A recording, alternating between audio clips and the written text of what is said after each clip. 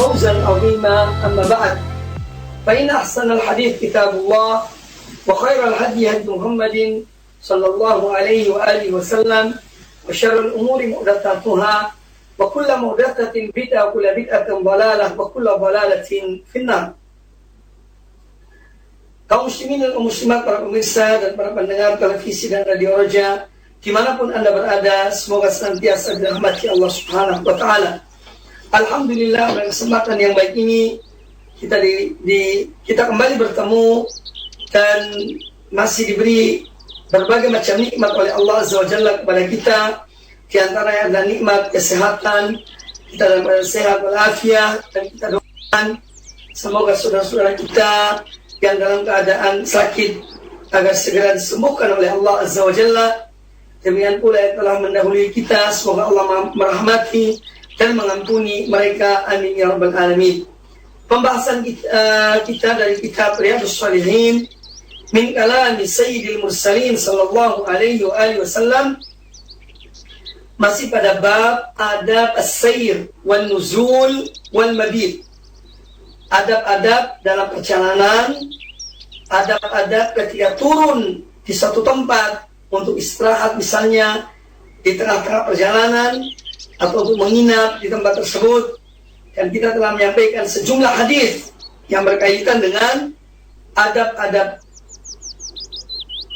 yang disebutkan oleh Imam An-Nawawi rahimahullah di dalam bab ini. Kemudian ada satu hadis lagi dari bab ini, adalah hadis sebagaimana dikatakan oleh Imam An-Nawawi rahimahullah ta'ala, wa an Anas radhiyallahu anhu qal, dan dari Anas bin Malik radhiyallahu anhu, beliau berkata, kunna idza nazalna manzilan la nusabbihu hatta nahulla rihal. Rawahu Abu Dawud bi isnadin ala syarti Muslimin. Kemudian kata Imam An-Nawawi rahimahullah, wa qawluhu la nusabbih ay la nusalli an-nafilata, wa ma'nahu anna ma'a harisina ala salati la nuqaddimuha ala haqqi ar-rihali wa irahati ad-dawa. Dari Anas bin Malik radhiyallahu anhu, beliau mengatakan, kami dahulu idza nazalna manzilan, apabila kami dalam perjalanan turun di satu tempat, la nusabbihu hatta nahulla rihal, kita tidak mengawali dengan sholat sehingga kita menurunkan muatan yang ada pada onta, atau pelana onta, atau muatan-muatan yang ada pada di atas onta tersebut. Mereka turunkan, baru kemudian mereka sholat. Hadis riwayat Imam Abi Dawud yang sanad yang sesuai dengan syarat Imam Muslim. Kata Imam An-Nawawi rahimahullah, la nusabbih ay la nusalli nafilah. La nusabbih artinya tidak sholat sunnah, wa ma'nahu, maknanya anna ma'ahirsina ala sholat, artinya bahwa kami, yakni para sahabat, meskipun kami itu semangat untuk mengerjakan sholat, tetapi la nuqaddimuha ala haqqi rihad wa irahati dawa, kami tidak mendahulukan sholat atas pekerjaan yang berupa menurunkan pelana onta dan muatan-muatan yang ada di atas punggung onta itu, dan menjadikan mereka itu supaya rehat, istirahat. Nah, ini menunjukkan bagaimana adab kita kepada binatang, bagaimana ar-rifqu bil hayawan, perilaku menyayangi lemah lembut kepada binatang. Jadi para sahabat dahulu dalam bepergian, dalam safar mereka itu, kalau berhenti di satu tempat, mereka tidak serta-merta langsung sholat. Tetapi sebelum mereka mengerjakan sholat, mereka menurunkan muatan yang ada di onta, termasuk pelana onta itu diturunkan. Supaya onta itu merasa, ya ini lega. Dia bisa istirahat. Ya, dia bisa istirahat dengan nyaman. Baru kemudian para sahabat sholat. Jadi ini diantara yang diceritakan oleh Anas bin Malik radhiyallahu taala anhu dalam hadis yang sahih ini. Ya, yang diambil dari hadis ini yaitu tentang keutamaan sholat. Ya, sebagaimana sering saya ingatkan, sering saya sampaikan, bahwa sholat jangan sampai di nomor sekian. Tetapi hendaknya sholat yang pertama kali kita memperhatikan, apalagi sholat lima waktu, bukan kewajiban bagi setiap muslim dan muslimah yang telah memenuhi syarat. Maka sholat lima waktu adalah sesuatu yang tidak bisa, tidak ada tawar-menawar. Dan ini juga merupakan peringatan kepada kita sebagai pendidik, sebagai orang tua, sebagai guru, dan yang lainnya, untuk tidak boleh meremehkan masalah sholat, dan mengajarkan hal ini kepada anak didik kita atau anak-anak kita, keluarga kita, tentang keutamaan sholat. Nah, jadi jangan sampai kita meremehkan sholat. Na'udzubillah. Kalau seorang sudah meremehkan sholat, apalagi yang lainnya, dia akan lebih meremehkannya. Oleh karena itu hati-hati, waspada dalam hal berkaitan dengan ibadah sholat lima waktu. Kemudian di sini juga menjelaskan kepada kita tentang ar-rifqu bil hayawan. Bahwa Islam mengajarkan kepada kita untuk menyayangi binatang, untuk lemah lembut kepada binatang. Berikan hak mereka. Nah, kalau binatang kita beri haknya mereka, apalagi sesama manusia, lebih dari itu sesama muslim. Ya. Makanya Islam ini bukan hanya teori. Islam adalah praktek. Memberikan hak kepada setiap yang berhak. Terutama seorang muslim. Ya, kita harus memperhatikan hak-hak mereka sebagai saudara kita, sehingga kita tidak melalaikan hak mereka yang merupakan kewajiban kita terhadap mereka. Jadi hadis ini menjelaskan kepada kita tentang kasih sayang, kelembutan kepada binatang. Berikan haknya binatang. Mereka digunakan ketika itu sebagai kendaraan, ya, yang ditunggangi, ya, berjalan dalam perjalanan yang jauh, tidak dekat, apalagi perjalanannya di padang pasir. Maka ketika istirahat, perhatikan istirahatnya binatang kendaraan tersebut. Berikan mereka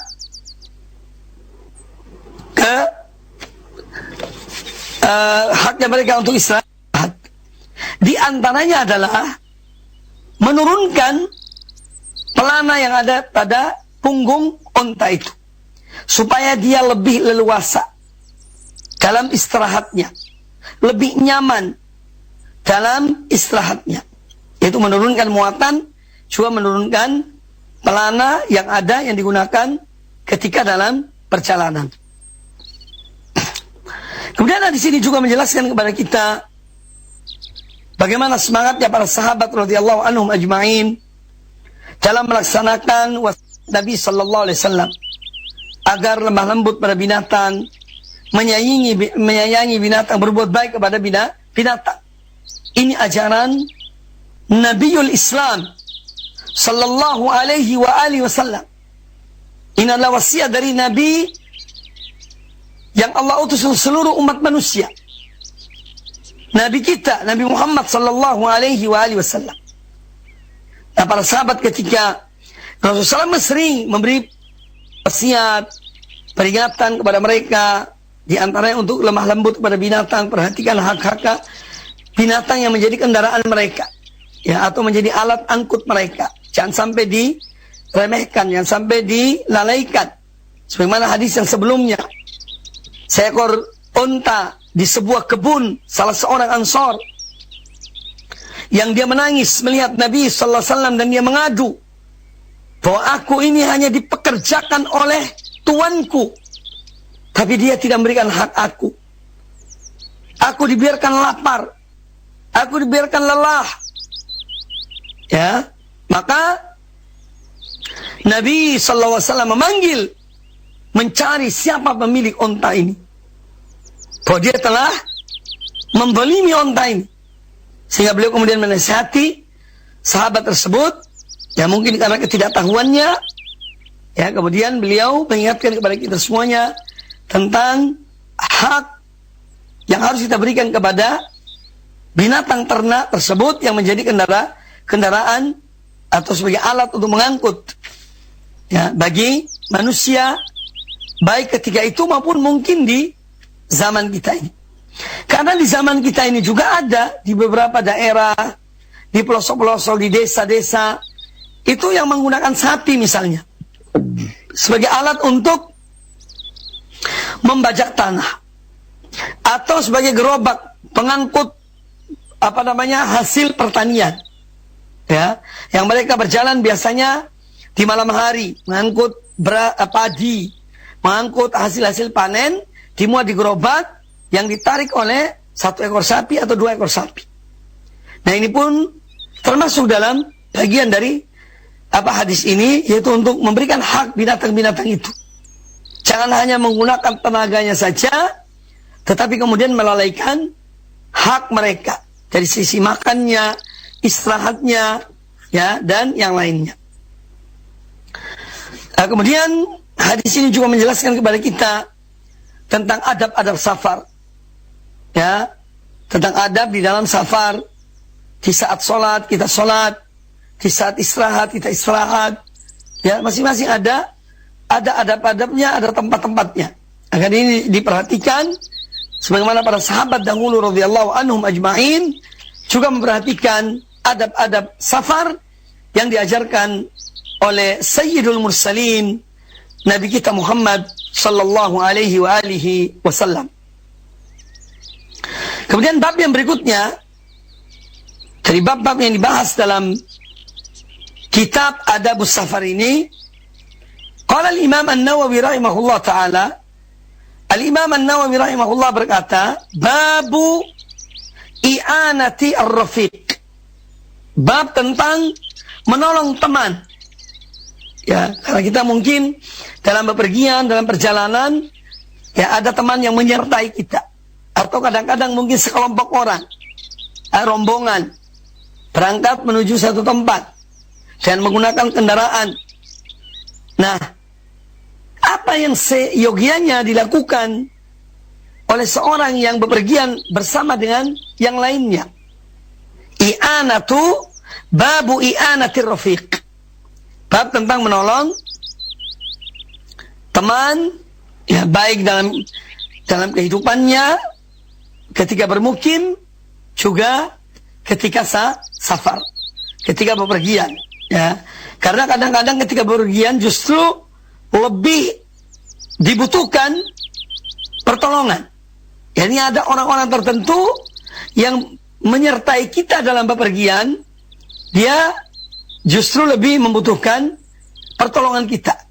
Nah, ini semua hal-hal yang harus diperhatikan, ya, dicermati, ya, jangan masa bodoh, jangan pura-pura tidak tahu, ya, karena memang, ya, kita dalam Islam ini ada istilah, ya, at-takatuf, ya, bahu membahu, ya, at-ta'awun, tolong menolong satu dengan yang lainnya.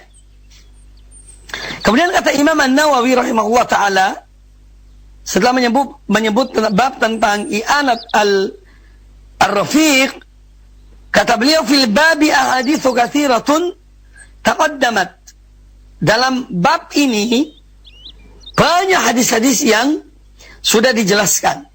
Ya, sudah jelaskan sebelumnya. Hadis, contohnya adalah hadis, wallahu fi auni al-'abdi ma kana al-'abdu fi auni akhihi.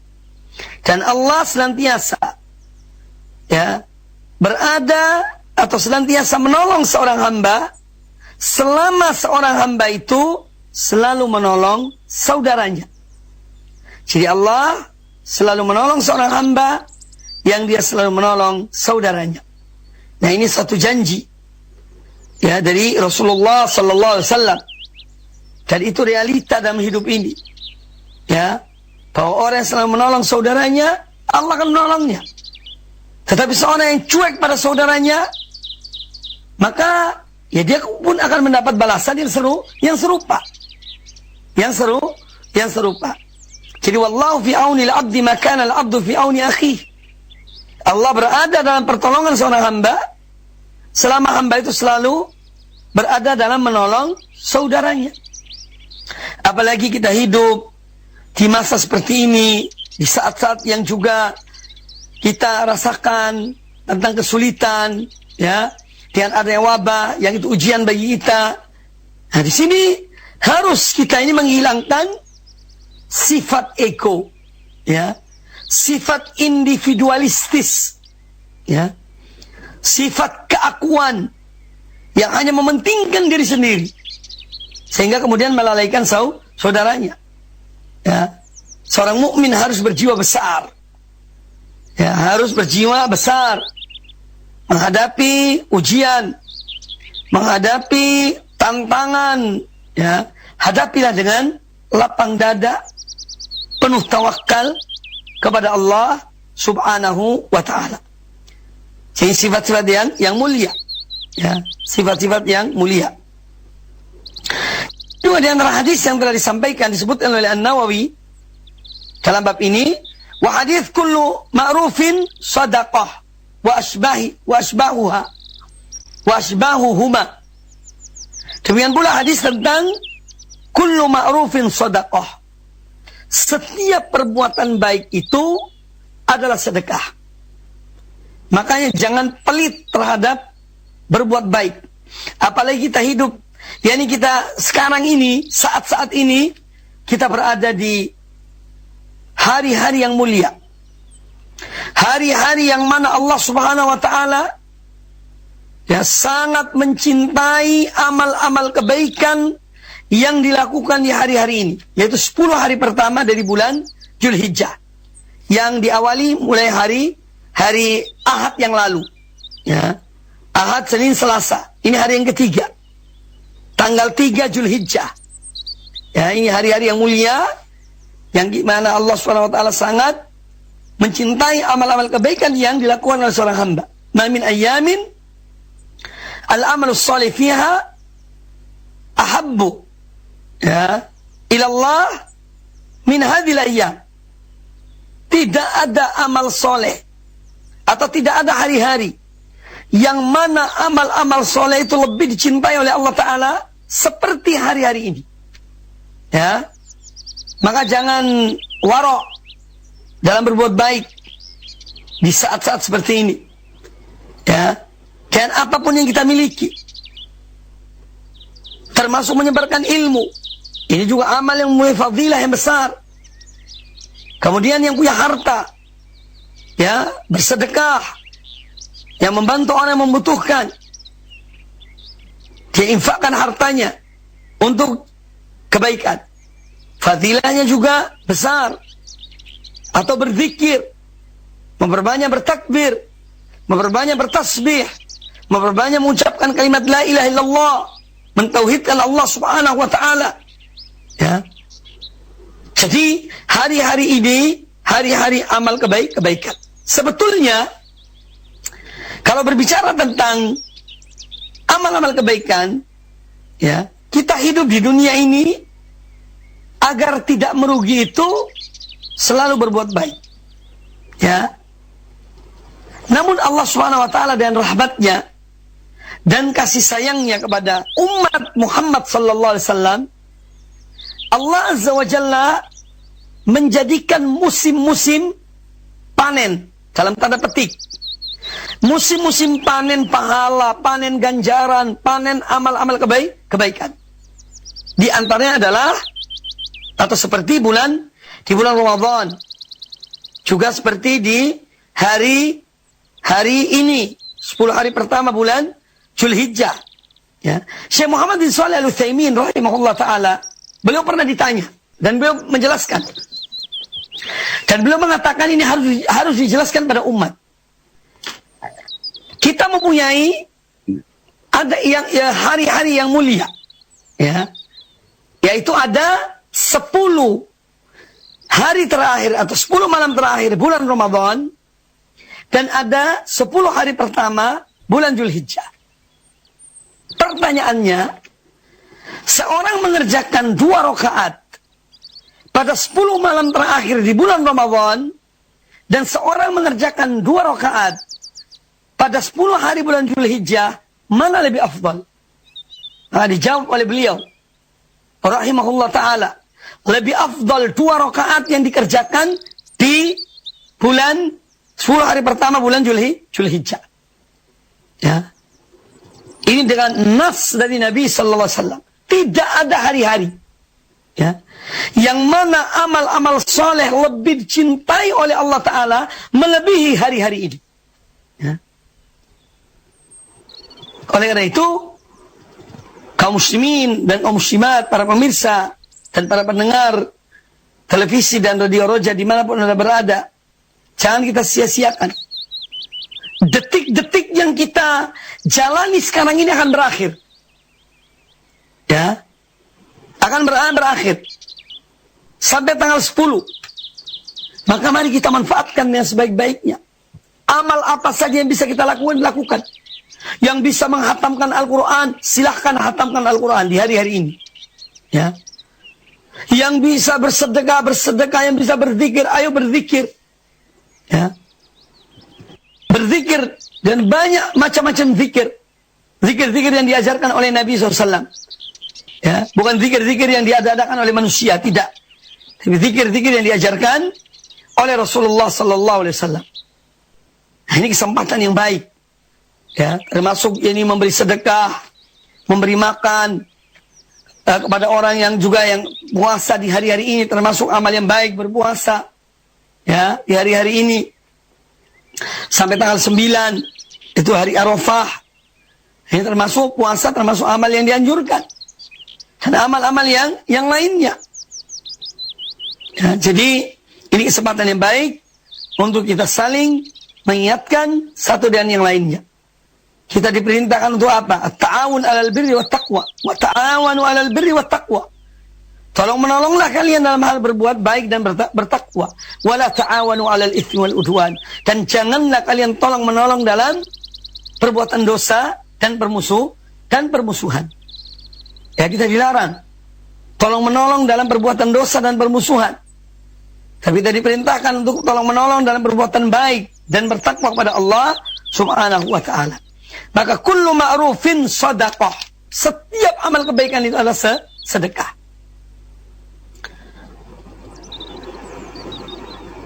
Baik, kita lanjutkan pada hadis yang dibawakan oleh An-Nawawi setelah beliau menyebutkan 2 hadis yang sudah pernah disampaikan sebelumnya.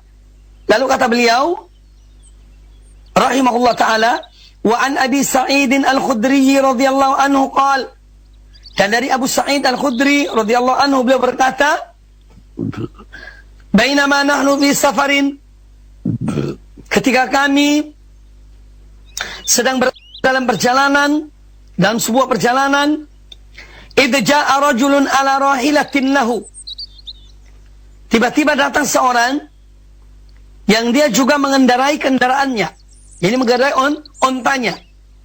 Faja'ala yasrifu basarahu yaminan wa shimalan, Maka kemudian dia memalingkan, menoleh matanya, pandangannya ke kanan dan ke kiri. Ya. Jadi orang tadi yang datang dengan satu ekor kendaraannya, ya, yang ditungganginya, dia melihat ke kanan dan ke kiri. Faqala Rasulullah sallallahu alaihi wasallam. Maka Rasulullah sallallahu alaihi wasallam bersabda, ketika melihat orang itu datang dengan kendaraannya satu ekor dan dia menoleh atau melihat ke kanan dan ke kiri. Maka Nabi sallallahu alaihi wasallam bersabda, "Man kana ma'ahu fadlu dhahrin falya'ud bihi ala man la dhahra lahu." Barang siapa yang dia mempunyai dua kendaraan. Karena dahulu di antara sahabat itu ketika bepergian ada yang membawa dua kendaraan. Ya. Jadi kalau satu capek, dia tunggangi yang satunya. Atau mungkin bergantian dalam menunggangi kendaraan atau onta tersebut. Man kana ma'ahu fadlu dhahrin falya'ud bihi ala man la dhahra lahu. Kata Nabi sallallahu alaihi wasallam, barang siapa yang dia mempunyai kelebihan kendaraan, ya, maka hendaknya dia berikan atau bergantian dengan yang lainnya, yang tidak punya kendaraan. Wa man kana lahu fadlu zadin, dan barang siapa yang dia memiliki bekal yang lebih, perbekalan yang lebih, makanan-makanan misalnya yang lebih, falya'ud bihi ala man la zada lahu, maka dia hendak juga berikan kepada yang tidak mempunyai bekal. Ya. Fa dzakara asnafil mal ma dzakara. Kemudian Nabi sallallahu menyebutkan beberapa jenis harta, ya, hatta ra'aina annahu la haqqa li ahadin minna fi fadlin. Sehingga kami pun melihat bahwa seorang tidak punya hak kalau ada barang yang lebih. Artinya hendaknya dia berikan pada orang lain, ya. Jadi ini termasuk teguran bagi kita yang sering menimbun-nimbun hal-hal yang lebih. Ya. Sebaiknya diberikan pada yang membutuhkannya. Nah, jadi di sini menjelaskan kepada kita tentang adab-adab dalam safar. Ya, di antaranya adalah at-ta'awun. Ada yang tolong-menolong di antara para musafir. Ya, di antara para musafirin. Orang-orang yang bepergian itu harus saling tolong-menolong. Bahu-membahu, bantu-membantu satu dengan yang lainnya. Ya. Ini adab-adab yang mulia yang diajarkan oleh Islam dalam bepergian. Ya. Kemudian juga hadis ini menjelaskan kepada kita tentang tuntunan Nabi sallallahu alaihi wasallam. Bahwa Rasul alaihi wasallam Nabiur Rahmah, Nabi yang memiliki yang penuh dengan rahmat dan kasih sayang pada umatnya. Beliau itu selalu memperhatikan masalah adab, masalah umatnya, baik dalam ketika bermukim ataupun ketika bepergian. Maka beliau selalu mengajarkan kepada mereka kebaikan. Ya, beliau selalu mengajarkan kepada mereka kebaikan. Ya, dan itulah Islam. Islam adalah totalitas hidup ini. Ya. Itulah Islam. Mengajarkan mulai dari bangun pagi, buka mata saat terbangun tidur dari tidurnya, diajarkan adabnya. Di antaranya adalah berdoa. Alhamdulillahilladzi ahyana ba'dama amatana wa ilaihin nusyur. Ya. Sampai seorang kembali ke tempat tidurnya, hendak tidur, diajarkan oleh Islam. Ya. Jadi Islam telah mengajarkan segala sesuatu dan penuh kasih sayang, penuh kelembutan, penuh kebaikan. Semua itu untuk kemaslahatan umat ini, kemaslahatan manusia. Ya. Maka tidak ada ajaran yang sebanding dengan apa yang diajarkan oleh Islam. Ya. Tidak ada yang lebih dari Islam. Sistem apapun, ya, model apapun, tidak ada yang lebih mulia, yang lebih baik dari tuntunan Allah dan Rasulnya, dari syariat Islam yang diturunkan Allah Subhanahu wa taala kepada Muhammad bin Abdullah sallallahu alaihi wasallam. Ini akidah, ini keyakinan. Tatkala kita melihat realita bagaimana penyimpangan-penyimpangan ketika kita mengambil selain dari Islam ini, terjadi banyak penyimpangan. Ya. Karena jauh dari tuntunan Allah dan Rasulnya sallallahu alaihi wasallam. Maka kita bersyukur pada Allah Subhanahu wa taala yang telah menyempurnakan Islam ini. Al-yawma akmaltu lakum dinakum wa atmamtu alaikum ni'mati wa raditu lakumul Islam madina. Pada hari ini telah aku sempurnakan bagi kalian agama kalian, dan telah aku cukupkan bagi kalian nikmatku, dan telah aku ridho Islam sebagai agama kalian. Ini nikmat yang terbesar yang Allah berikan kepada umat ini, yaitu disempurnakannya Islam dengan segala bidang kehidupan, lahir maupun batin, dunia maupun akhirat. Ya, falillahil hamdu awalan wa akhiran. Maka segala puji hanya milik Allah, dari pertama sampai terakhir. Dan kita harus ridho kepada Islam ini. Dan orang yang ridho kepada Islam ini, dia yang akan merasakan lezatnya iman itu. Makanya kita dianjurkan setiap pagi dan petang mengucapkan raditu billahi rabban wa bil islami dinan wa bi Muhammadin sallallahu alaihi wasallam nabiyan. Ya, aku ridha Allah sebagai Rabbku, sebagai sembahanku.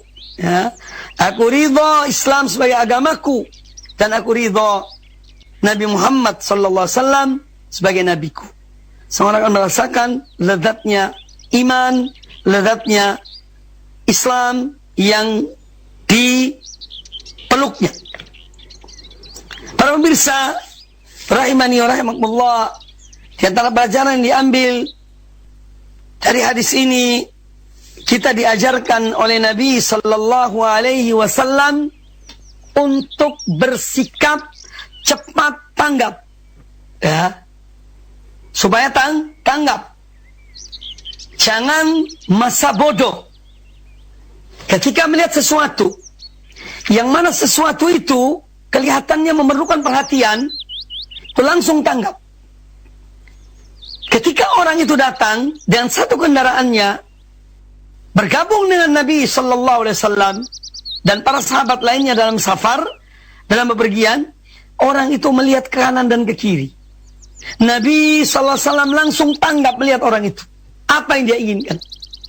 Ya, sini namanya cepat tanggap itu kalau bahasa Arabnya adalah sari'ul khatir atau sur'atul khatir. Orang yang cepat tanggap.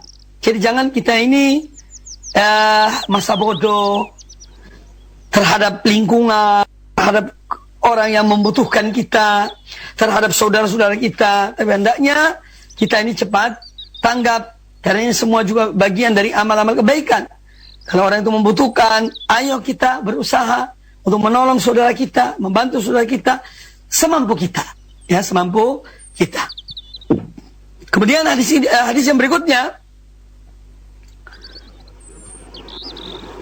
qala an-Nawawi rahimahullah, Al-Imam An-Nawawi rahimahullah berkata, wa an Jabir radhiyallahu anhu an Rasulillah sallallahu alaihi wasallam annahu arada an yaghzuwa. Dari Jabir bin Abdullah radhiyallahu an, dari Rasulullah sallallahu annahu arada an yaghzuwa, pernah suatu ketika beliau sallallahu alaihi wasallam ingin pergi untuk berperang. Ya. Faqal, maka beliau sallallahu alaihi wasallam sabda, ya, kepada kaum mukminin, ya ma'syaral muhajirin wal ansar, wahai sekalian kaum muhajirin dan kaum ansar, inna min ikhwanikum qauman laysa lahum malun, sesungguhnya di antara saudara-saudara kalian ada orang-orang yang mereka tidak mempunyai harta. Wala asyiratun, dan mereka pun tidak mempunyai kabilah. Ya, yang punya kabilah mereka yang mempunyai hubungan kekeluargaan, persaudaraan, satu kabilah. Falyadumma ahadukum ilaihi rajulain. Kata Nabi sallallahu alaihi wasallam, maka hendaknya orang-orang seperti itu yang tidak punya harta, tidak punya kabilah sebagai keluarganya, hendaknya ya kalian mengambil orang-orang itu supaya bergabung dengan kalian yang mempunyai harta dan mempunyai kabilah. Ambil dua orang, ya. Falyadumma ahadukum ilaihi ar-rajulaini aw thalath. Jadi kalian mengambil, kalau tidak dua orang, ya tiga orang, supaya bergabung dengan kalian yang mempunyai harta dan mempunyai kabilah itu. Kata Jabir bin Abdullah radhiyallahu anhu, "Fama li ahadina min dhahrin yahmiluhu illa uqbatun." Maka tidak ada seorang pun di antara kami yang dia memiliki kendaraan, ini onta untuk menungganginya pergi berperang, ya, illa uqbah, melainkan semuanya naik secara bergantian. Karena ada beberapa orang-orang tadi yang tidak punya harta dan tidak punya kendaraan, tidak punya kabilah, mereka bergabung dengan yang lainnya, sehingga terbagi secara merata, yang pada akhirnya mereka ketika menggunakan kendaraan mereka secara bergantian, ya, satu naik, yang satunya jalan. Nanti yang jalan ini capek, yang naik turun, kemudian yang jalan tadi naik lagi kendaraannya. Jadi bergantian. Illa uqbatun, yani ka uqbati ahadihim. Jadi karena mereka sudah bergabung, jadi seakan-akan ya mereka itu sudah bagian dari yang bergabung dan mereka. Qala famadamtu ilayya ithnaini aw thalathatan. Kata Jabir bin Abdullah radhiyallahu an, maka aku gabungkan bersama dalam perjalanan itu bersama aku dua orang atau tiga orang. Mali illa uqbah ka uqbatin, ya, ka uqbatin ahadihim min jamali. Jadi masing-masing mereka itu jalan secara bergantian menaiki kendaraan yang dimiliki oleh yang mampu, yang mempunyai kendaraan, dengan yang tidak mempunyai kendaraan. Mereka saling naik bergantian. Uqbah di sini disebutkan at-ta'aqub fi rukubil ba'ir wal mashi. Sebagaimana saya jelaskan tadi, uqbah itu artinya at-ta'aqub, saling bergantian dalam menaiki kendaraan itu. Ada yang naik, saya yang satunya turun. Kalau yang satu yang turun, yang jalan capek, ya dia yang naik, yang tadi naik, dia tuh turun bergantian. Nah, yang diambil dari hadis ini, ya, yang diambil dari kisah perjalanan ini, bahwa komunitas Muslim itu dibangun di atas at-takatuf, wat-ta'awun. Bahwa komunitas Muslim pada hakikatnya dibangun di atas saling tolong-menolong, saling bahu-membahu satu dengan yang lainnya. Yang kuat membawa yang lemah, yang kuat yang mampu menanggung yang tidak mampu. Itu pada hakikatnya demikian. Ya. Supaya semua sama-sama mencapai tujuan yang diinginkan oleh Islam, yaitu mendapatkan kemuliaan di dunia dan di akhirat, mendapat ridho Allah di dunia dan di akhirat. Inilah ta'awun antara kaum muslimin satu dengan yang lainnya. Dan ini yang diperintahkan oleh Allah Subhanahu wa taala, wa ta'awanu 'alal birri wat taqwa. Tolong menolonglah kalian dalam perbuatan baik dan bertakwa. Dan juga hadis ini menjelaskan kepada kita tentang ketika kita menolong seseorang, dalam tolong menolong, ini supaya dua-duanya mendapat manfaat. Jadi tidak mengorbankan yang lainnya. Tidak mengorbankan yang lainnya. Oleh karena itu, di dalam kisah ini, ketika orang yang memiliki kendaraan, dia menggabungkan, dia mengambil orang-orang yang tidak memiliki kendaraan untuk mereka saling bergantian menaiki kendaraan itu. Jadi saling mendapat manfaat, bukan merugikan orang lain. Ya. Jadi dia menunggangi kendaraannya, yang satu jalan. Kemudian yang menunggangi kendaraan turun, yang satu lagi naik. Ya. Jadi saling tolong-menolong, saling memberikan manfaat satu dengan yang lainnya. Itulah bentuk dari ta'awun di dalam Islam ini. Jadi berta'awun dalam hal yang memberi manfaat, bukan yang memberi madarat. Ya. Bukan memberi madarat, tapi memberi manfaat. Kemudian hadis ini menjelaskan kepada kita tentang bagaimana dahulu para sahabat radhiyallahu anhum ajma'in di dalam mereka membela agama Allah, memperjuangkan agama Allah bersama Rasulullah sallallahu alaihi wasallam. Mereka mengeluarkan semua yang mereka miliki, tenaga, harta, bahkan jiwa mereka, demi tegaknya Islam, demi tersebarnya agama yang dibawa oleh Rasulullah sallallahu alaihi wasallam. Ya, maka tentu kita tidak akan mungkin bisa menyamai mereka, para sahabat. Ya, tidak akan mungkin menyamai mereka. Tapi dengan kita mencintai mereka, dan kita mengikuti manhaj mereka, metode mereka dalam beragama, ya, dan yang kita mendoakan mereka, semoga mengumpulkan kita bersama mereka di hari kiamat kelak di surga Allah Subhanahu wa ta'ala. Kemudian di sini menjelaskan kepada kita bahwa jihad yang dimaksud adalah li'i'la'i kalimatillah. Jihad yang syar'i itu dalam rangka menegakkan, meninggikan agama Allah Subhanahu wa ta'ala. Bukan karena hawa nafsu, bukan karena kelompok, bukan karena golongan, bukan karena partai, ya. Tetapi dalam rangka i'la kalimatillah. Itulah yang namanya jihad fi sabilillah. Ada syarat-syaratnya, ada aturannya. Bukan setiap kelompok mengumandangkan jihad semaunya dia, tidak. Tapi ada aturannya, ya, ada tuntunannya, ada ilmunya. Makanya sebelum jihad itu harus belajar, harus menuntut ilmu.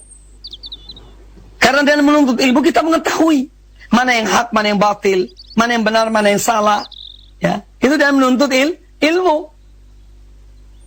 Jadi kita tidak bisa memungkiri tentang bagaimana perjuangan para sahabat dahulu dalam menolong Allah dan Rasulnya sallallahu alaihi wasallam, dalam menolong agama Allah Subhanahu wa ta'ala, sehingga sampai kepada kita hari ini, ya, dan seterusnya. Ini salah satu sebab juga setelah Allah Subhanahu wa ta'ala adalah dengan perjuangan para sahabat, tabi'in, dan orang-orang yang mengikuti mereka dengan baik dalam menyebarkan Islam ini. Kemudian bahwa hadis ini menjelaskan kepada kita juga ketaatan para sahabat kepada Rasulullah sallallahu alaihi wasallam. Beliau setiap mengarahkan mereka mengerjakannya. Kalau kita sekarang ini tidak banyak menghafal hadis, tapi tidak mengerjakan hadis itu, ya. Banyak menghafal hadis, banyak menghafal ilmu, banyak menghafal ayat, tapi tidak mengerjakan hadisnya, ayatnya tidak dikerjakan, ya. Dilalaikan, atau sekedar sudahlah, yang penting aku punya dalil, ya. Tapi dahulu para sahabat, dan ini manhaj mereka mengamalkan apa yang diarahkan oleh Nabi sallallahu alaihi wasallam, bukan hanya teori, tetapi diamalkan, dipraktekkan, diejawantahkan dalam kehidupan mereka.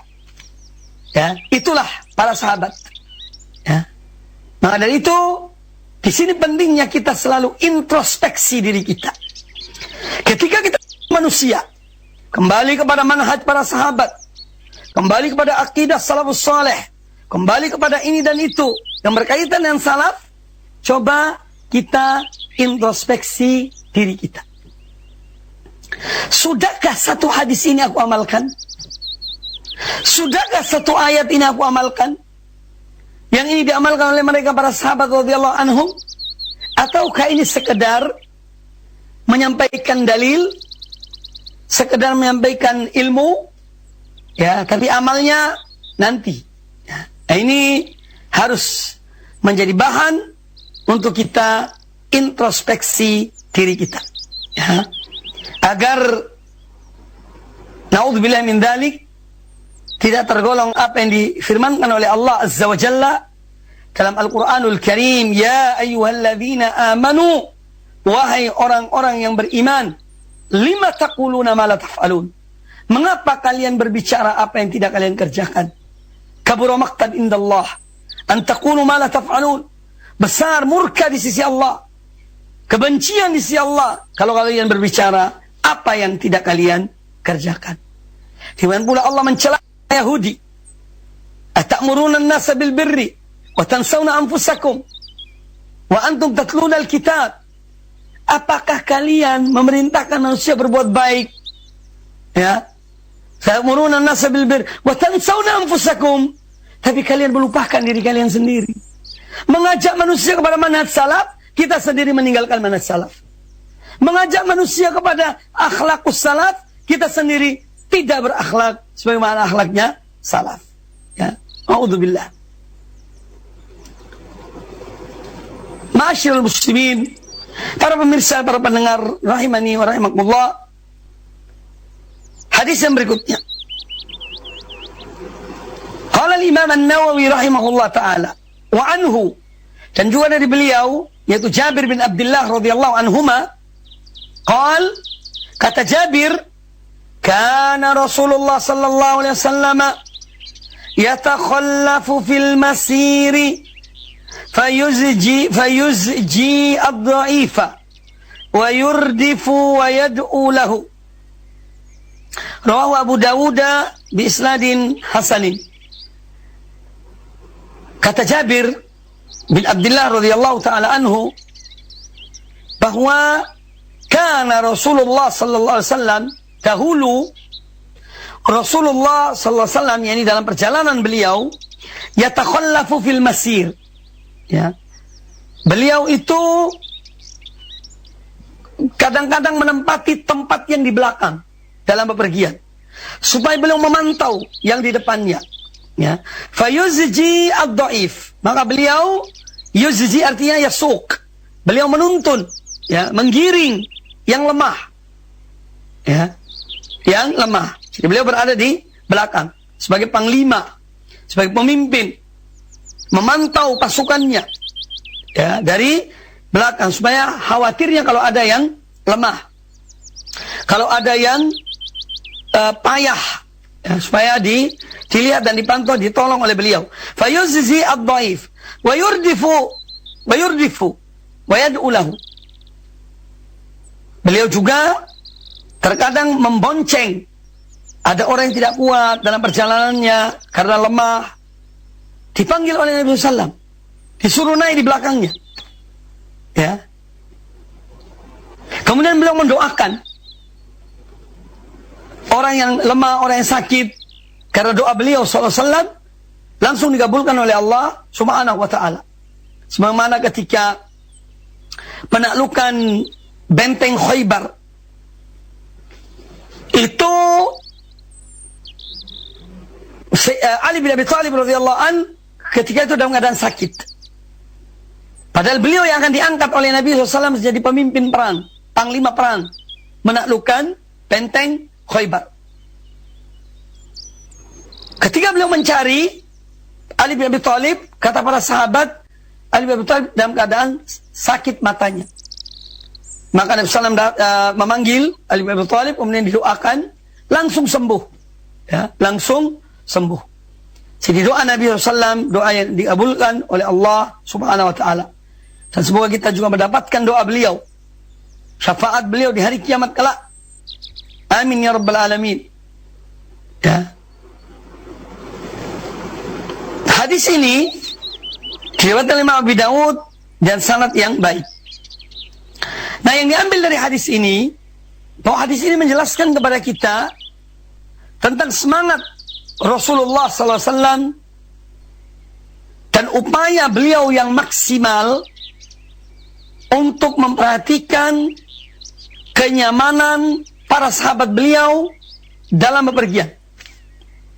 Sehingga beliau mencermati yang lemah, ya, yang capek, yang intinya ya, bagaimana mereka itu menikmati perjalanan mereka dengan baik. Jadi Nabi SAW selalu memperhatikan mereka. Dan ini bukti kasih sayang beliau dan tanggung jawab beliau kepada umat beliau, apalagi para sahabat dulu yang hidup bersama beliau sallallahu alaihi wasallam. Kemudian juga hadis ini menjelaskan kepada kita kewajiban seorang pemimpin, seorang panglima untuk mencermati, memperhatikan pasukannya. Ya. Jadi tidak hanya mementingkan dirinya, tetapi memperhatikan, mencermati, memeriksa pasukannya, ya. Kemudian menolong mereka yang membutuhkan pertolongan. Kemudian juga di sini menjelaskan kepada kita tentang apa yang telah saya sebutkan tadi, yaitu bahwa komunitas muslim itu adalah komunitas yang saling bahu-membahu, saling tolong-menolong, saling bantu-membantu satu dengan yang lainnya. Ya. Kalau sekarang ada istilah ini sebetulnya sudah lama. Islam sudah mengajarkannya sejak sekian 1400 lebih tahun yang lalu, yaitu kerjasama, gotong royong. Ya. Ini ajaran Islam. Ya. Bahu-membahu, tolong-menolong. Itulah Islam. Terutama dalam kebaikan. Bagaimana kita menolong seorang agar selamat dari azab Allah. Ini pertolongan yang lebih utama.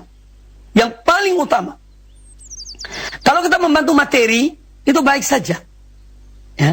Tetapi bagaimana seorang menyelamatkan orang ini dari azab Allah?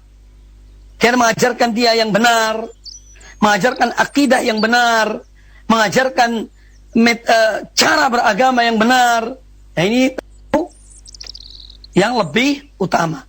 Meskipun membantu dari sisi materi, ya, ini hal juga yang terpuji, diperintahkan oleh agama Allah Subhanahu wa ta'ala. Ma'asyiral muslimin, pemirsa dan para pendengar TV dan radio Roja dimanapun Anda berada, itu diantara adab-adab yang diajarkan oleh Nabi Sallallahu Alaihi Wasallam kepada kita di dalam bepergian. Ya, juga ada dijelaskan tadi masalah seorang pemimpin perang dalam bepergian, dalam perjalanannya. Ya, bagaimana mereka memperhatikan, bagaimana seorang pemimpin memperhatikan yang di pasukannya, ya, dalam hal tolong menolong, bahu membahu, dalam hal memperhatikan yang lemah.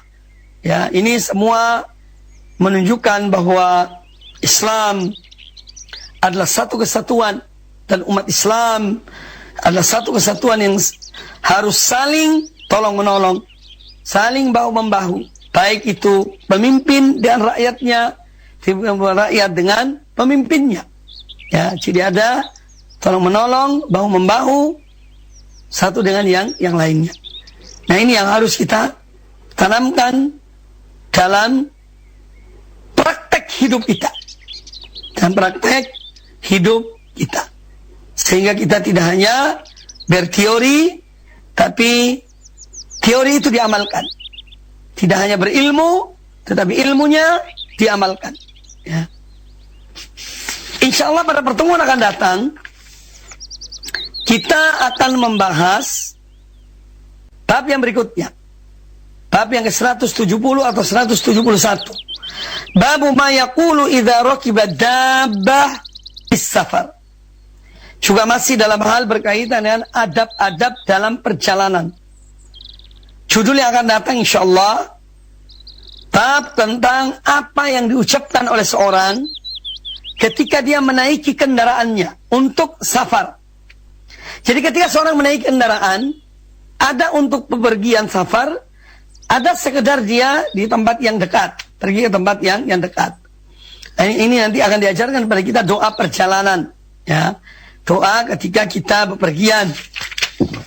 Juga ada doa ketika naik kendaraan. Jadi kita ada dua hal di sini yang perlu diperhatikan. Insya Allah nanti saya akan jelaskan. Ada doa ketika naik kendaraan. Nah, ketika naik kendaraan, doa ini dibaca. Entah kita bepergian atau tidak, kita dianjurkan membaca doa naik kendaraan. Dan yang kedua, kalau kita akan bepergian, kita membaca dua macam doa. Doa ketika naik kendaraan dan doa ketika safar, ketika akan pergi jauh. Ya. Adapun doa naik kendaraan itu meskipun di dalam kota, ya, seperti kita akan pergi satu tempat yang dekat, ya, tidak dalam jarak bepergian, nah itu kita juga tetap dianjurkan untuk membaca doa naik kendaraan. Nanti akan kita jelaskan insyaallah taala pada pertemuan yang akan datang. Baik, saya kira cukup, mudah-mudahan apa yang disampaikan bermanfaat bagi kita semuanya, dan semoga Allah Subhanahu wa taala senantiasa memberikan taufik, hidayah dan inayahnya kepada kita untuk terus meningkatkan amal-amal kebaikan, apalagi di hari-hari yang mulia ini. Dan kami kembalikan ke Jakarta. Aku qouli hadza wallahu taala